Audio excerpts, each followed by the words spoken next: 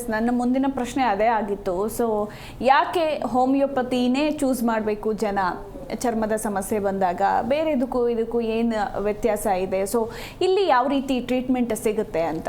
Basically homeopathy ಅನ್ನೋದು ಏನಿದೆ ಅದರದೇ ಅಪ್ಲಿಕೇಶನ್. ಈಗ ನೀವು ಜನರಲಿ ನಾನು ಹೇಳಿದೆ ಸೋರಿಯಾಸಿಸ್ ತೊಗೊಳ್ಳಿ ಅಥವಾ ವಿಟಿಲಿಗೋ ತೊಗೊಳ್ಳಿ. ವಿಟಿಲಿಗೋ ಅಂದರೆ ಏನು? White patches.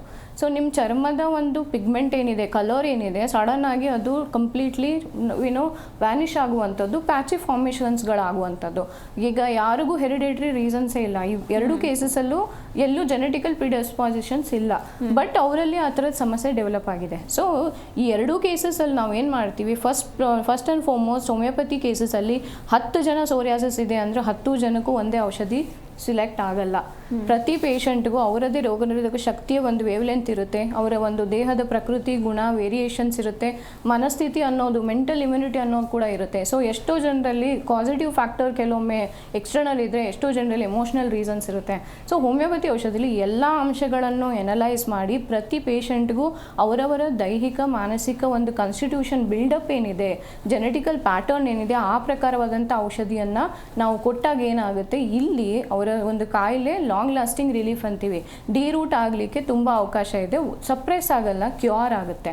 ಸೊ ಹಾಗಾಗಿ this is a best medicine compared to any other system of medicine in certain cases of diseases.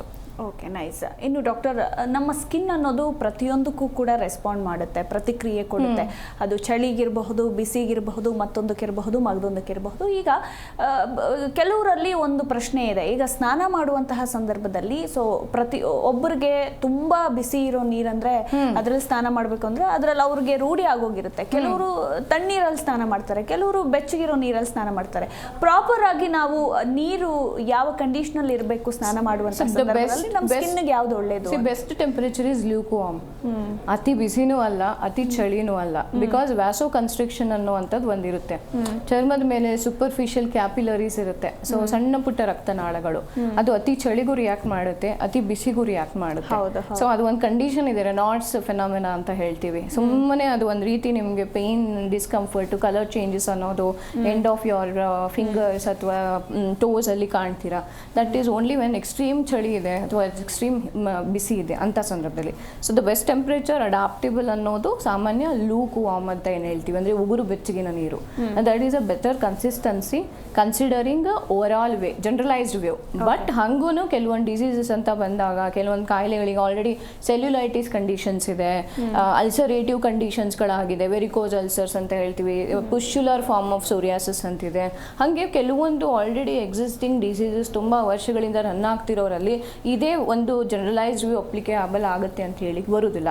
ಎಷ್ಟೋ ಜನಕ್ಕೆ ಏನಿರುತ್ತೆ, ಈಗ ಬಿಸಿಲಲ್ಲಿ ಸೋರಿಯಾಸಿಸ್ ಅನ್ನೋದು ಸಡನ್ ಆಗಿ ಎಗ್ರವೇಟ್ ಆಗಿರುವಂಥ ಕೆಲವೊಂದು ಕೇಸಸ್ ಇರ್ತಾರೆ.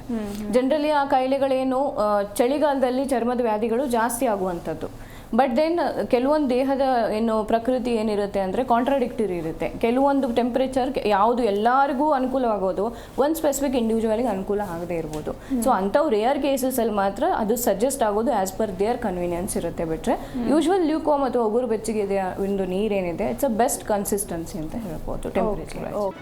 ಜಿ ಕನ್ನಡ ನ್ಯೂಸ್ ಈಗ ನಿಮ್ಮ ಮನೆಯಲ್ಲೇ ನೋಡಿ, ಎಲ್ಲ ಕೇಬಲ್ಗಳಲ್ಲಿ ಈಗ ಲಭ್ಯ.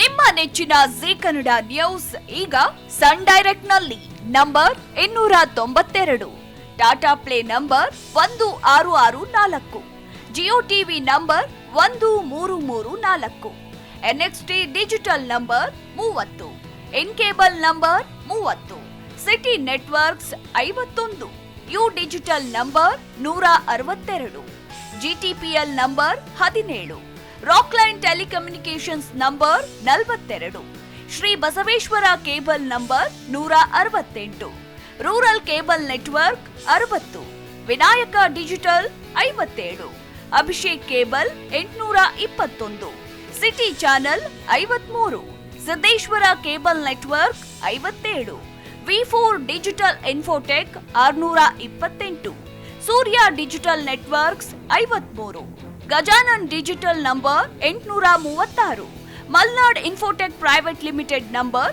56, metrocast number 830, victory digital number 167ರಲ್ಲಿ ನೋಡಿ ಆನಂದಿಸಿ.